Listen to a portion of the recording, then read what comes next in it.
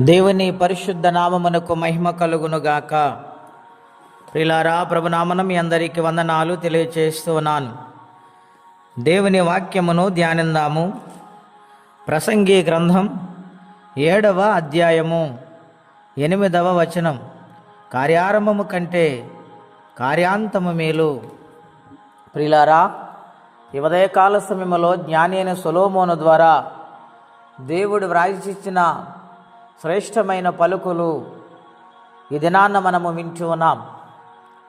ఇక్కడ ఏమని రాయబడింది? కార్యారంభము కంటే కార్యాంతము మేలు. అవును ప్రియులారా, ప్రారంభము కంటే ముగింపు ఎంతో శ్రేష్టమైనది అని అర్థం. చాలామంది పని ప్రారంభిస్తారు కానీ దాన్ని ముగించలేరు. మనము బైబిల్ గ్రంథంలో చూస్తే పాత నిబంధనలో సౌలు అనే మహారాజు ఉన్నారు. ఆయన ఇశ్రాయేలు గోత్రములన్నిటినీ పరిపాలన చేస్తూ ఉన్నాడు. ఆయన బెన్యామీను గోత్రకుడే. అయితే ఆ జీవితంలో దేవుడు చెప్పినట్లు కొంతకాలము చేసినా తర్వాత దేవుని మాటను వ్యతిరేకించి దేవునికి ఇష్టము లేని జీవితం ఆయన జీవించారు. కొత్త నిబంధనలో గ్రంథము కూడా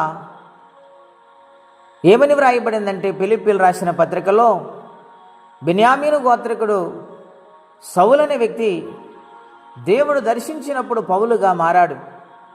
ఆయన జీవితము ప్రారంభములో చాలా కఠినముగా, వ్యతిరేకముగా, హంతకుడుగా, దోషకుడుగా ఉన్నది. అయితే దేవుడు ఎప్పుడైతే తను దర్శించాడో దేవుని మాటకు లోబడి విధేయత కలిగి దేవుని పరిసరలో నమ్మకంగా సాగిపోయినట్లు మేము లేఖనాల్లో మనం చూస్తూ ఉన్నాం. చూడండి, ఆ పాత నిబంధనలు ఉన్న సౌలుకి క్రొత్త నిబంధనలు ఉన్న సౌలుకి ఎంత తేడా. ఆయన ప్రారంభం బాగా ఉంది, ముగింపు బాగోలేదు. ఈయన ప్రారంభం బాగోలేదు, ముగింపు చాలా శ్రేష్టంగా ఉన్నది. ఆయన అంటున్నాడు, చివరిగా సౌలు పౌలుగా మారి పరిసరి చేసినప్పుడు నా కొరకు నీతి కిరీటం ఉంచబడి ఉన్నదని ధైర్యముతో సాక్ష్యం ఇస్తూ ఉన్నాడు.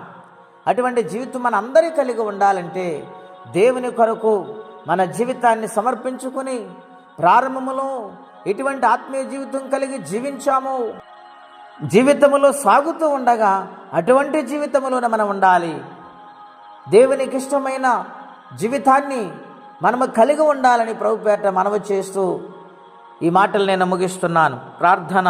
పరిశుద్ధుడైన మా తండ్రి, ఘనమైన మీ నామం కొరకై స్తోత్రములు. నాయన, ఈ దినాన మాతో మీరు మాట్లాడారు. నాయన, సౌలంతటి వాడే రాజుగా ఉండి పడిపోయాడు. నాయన, కొత్త నిబంధనలో సౌలు పౌలుగా మారిన తర్వాత నీ సన్నిధిలో నిలబడ్డాడు. నిలబడే జీవితం అందరికీ దయచేయండి. ఏ కష్టములు, ఏ బాధలు, ఇబ్బందులు ఉన్నారు వారికి నీ సహాయం పంపించమని, ఈ దినం ఆశీర్వాదకరంగా మార్చమని యేసుక్రీస్తు నామములో ప్రార్థించి వేడుచున్నాము తండ్రి. ఆమెన్. దేవుడు దీవించును గాక. ఆమెన్.